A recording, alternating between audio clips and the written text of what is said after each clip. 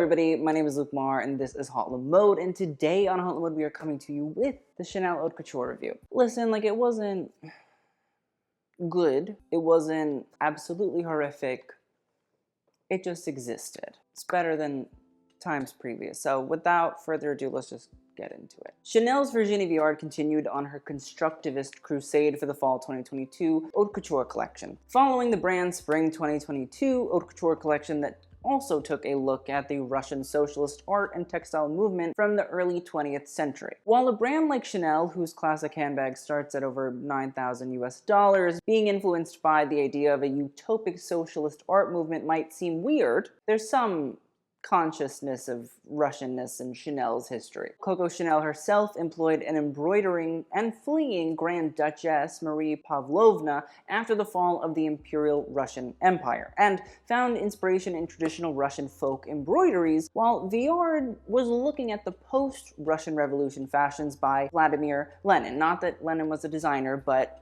it was his revolution. And that coincides with the time period at which Coco Chanel was establishing herself as one of Paris's premier haute couturiers. Chanel also happened to start seeing the Grand Duke, Dmitri Pavlovna, who was the sister of Marie, whom Chanel also became a sort of sugar mama to since he lost everything fleeing that revolution. The Pavlovnas both informed Chanel's work, even a grand collection titled The Russian Collection, which was seen as one of her most important in 1923, which used traditional Russian embroidery, fur-trimmed coats, and peasant costume for inspiration, all while revving the crowd up. Viard is smart to have unearthed a rather forgotten part of Chanel's history, as it does set her apart from Lagerfeld and feels true to the House of Chanel, somewhat. Now, as for Viard's work, the collection opened with a green boxy boucle jacket and button-up skirt, and it was Viard's usual 1980s sharp shoulder, which then meets the flow over the top tucked into a long skirt with buttons that run up the front. In reality, it's Viard's very mannish essence attached to the Chanel woman, which fully diverts from Lagerfeld's more coquettish idea of the brand and sticks to Coco's own manifesto of dressing women in clothing that will empower them, and things they can actually just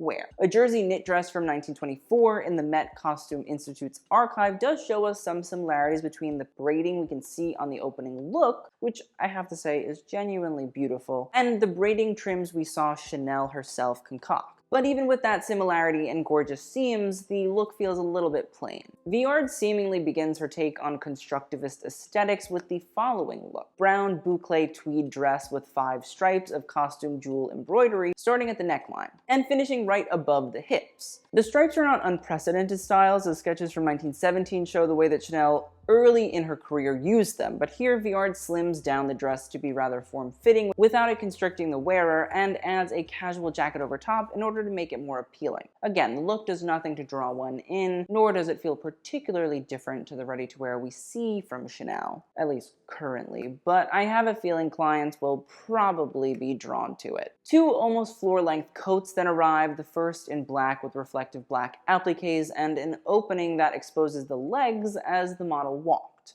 It's rather unattractive, and still somehow gaudy, even though it's both full of hours of handiwork and trying to appeal to a rather demure clientele. The second coat is navy blue and is in a traditional Chanel boucle tweed with double gun flaps that covers the pectoral region and held down with shiny crystal buttons. And as the model walks, we can see that slits have been made in the coat and stitched with chiffon, inlaid with crystals and feathers, which was a rather nice moment from Virginie, but whether it will keep a client warm, very different story. 2 menswear-inspired looks then trot in, and both consisted of a tweed jacket, tweed hat, and an intriguing pair of pants. The first style has a vibrant green jacket with only 2 pockets and begins to fall away at the waist, and is decorated with a green, white, and black braided trim, which also appears on the matching fedora, which fits into the 1920s and 1930s timeline Viard has created. As for the other look, it has a gray collarless tweed jacket, which consists of black, white, and metallic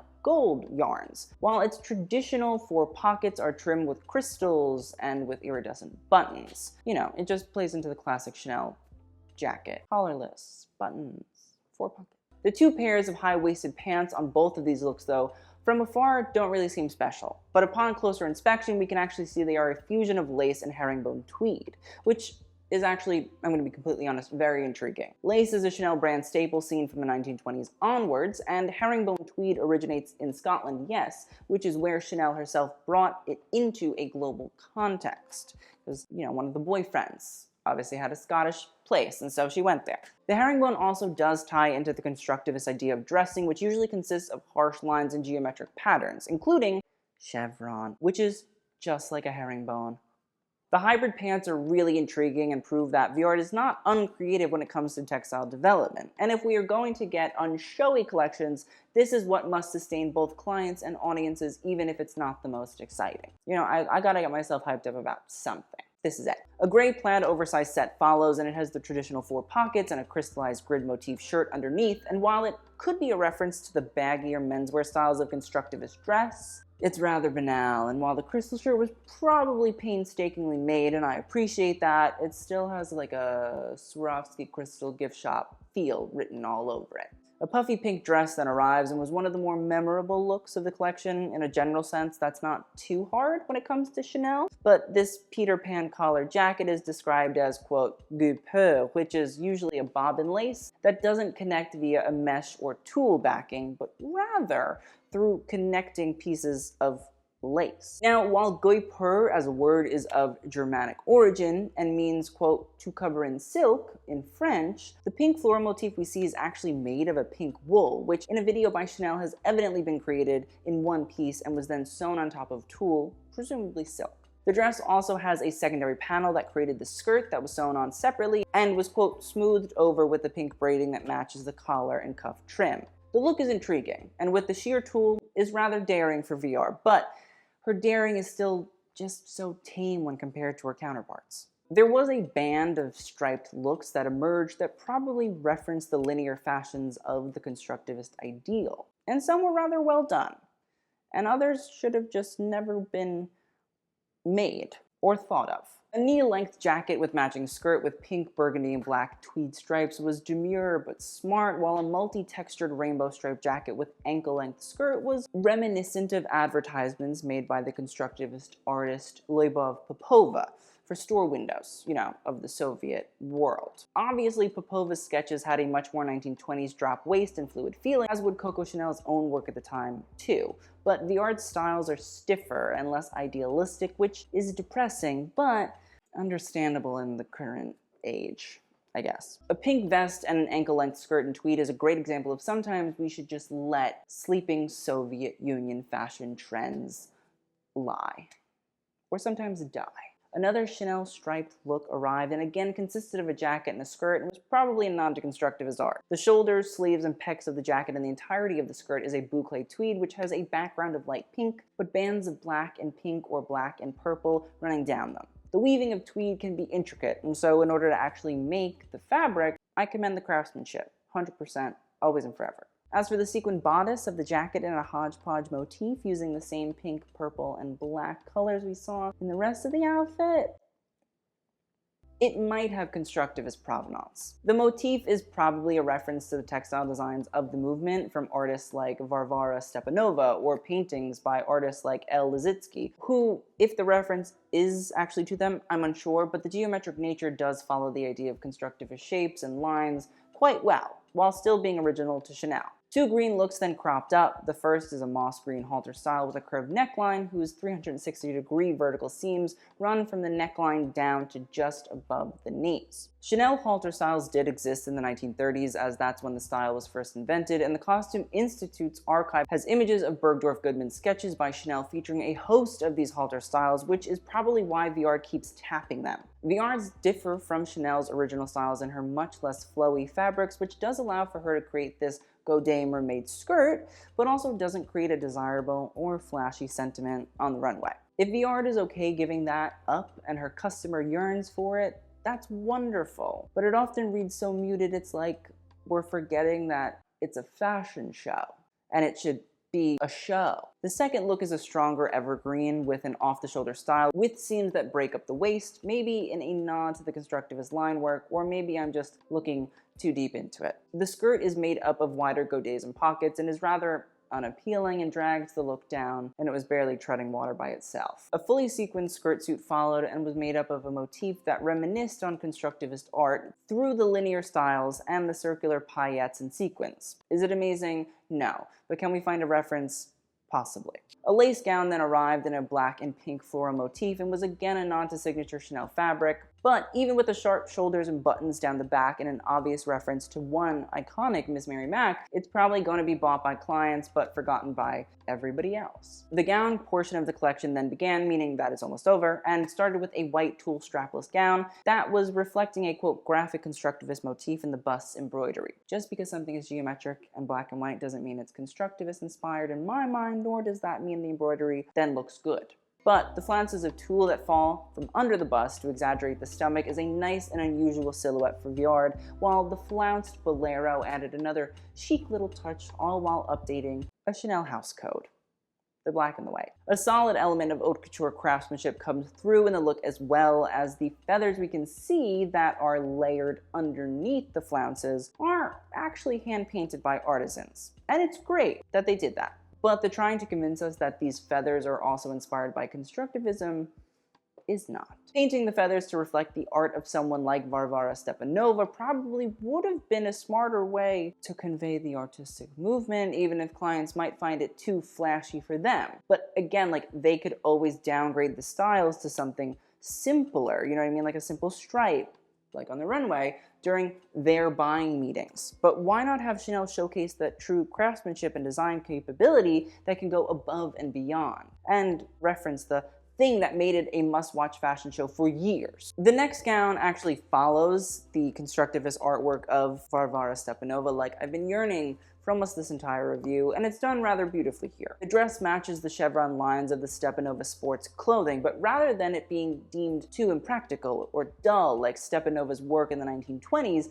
Viard's dress sculpts the body in a cool manner by creating an angular neckline that descends into upward angular stripes. And then silver bugle beads begin to taper the waist and create a contrary angle that flows all the way down to the skirt of the dress in a way that is just rather sharp and nice and clean. And the manner in which the sheer shoulder and pectoral sections become a sleeve, which diagonally begins to also create the angular stripes and bugle beads, is a stroke of mastery which I am comfortable saying that Viard did. She can do it, she just doesn't do it often. Now, the next look we see is probably another reference to Luba Popova's store window advertisements, but unfortunately it failed on each individual technique so spectacularly, I am almost in shock, and regretting that I ever asked for somebody to actually do a reference to it. Firstly, the cut of the dress with ribbon waist tie might reference Chanel's own use of ribbons, but why not opt for a drop waist style in order to at least have some historical accuracy? Because this look is far more costume than it is couture, and I mean, might as well just go for it. Now, the motif on the actual dress is also rather tough to stomach, as the black and white angular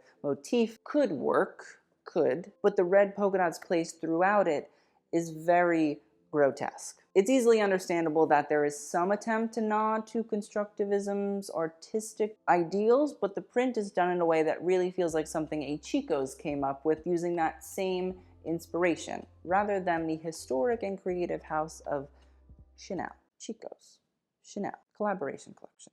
It's coming. As for the striped sequin shoulder flounces, probably in reference to the oversized collar styles found in this Popova work, sure. But again, Viard fumbles a way to update them for a modern woman and rather just makes them another strange part of this weird clown costume. The finale look, of course, a bridal gown, even though Gabrielle Chanel herself detested that practice when it came to haute couture, just saying, was made of silk chiffon in layered pleats both on the bustier and the skirt. The pleats on the skirt are rather beautiful, and hats off to the atelier as per usual for showcasing the true definition of craft.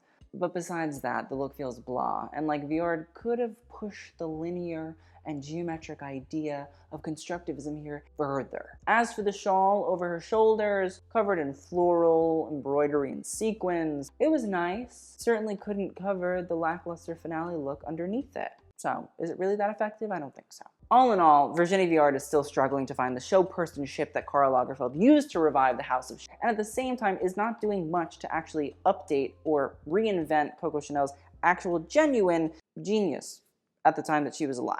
And I'll say, listen, I'm not saying I'm a Coco Chanel personal stan. I'm just saying that's kind of what she was at the time. While Viard is probably finding new customers for her haute couture clothing left and right, which I think is her goal, and I commend her for achieving it, most definitely, there is still room for the excitement that Lagerfeld brought every single season. And at the same time, the ability to sort of update styles like Coco Chanel did too. It would be difficult for her to top him. It would be nice to see her to try to at least attempt to match that energy. Otherwise, why have a theme or inspiration? Just rehash Chanel classics and be done with it. Put out a lookbook. So that is my thoughts on Chanel. Let me know what you guys thought of the collection in the comments down below. I'd love to hear all of your thoughts. I will see you guys on the next video, and TTYL.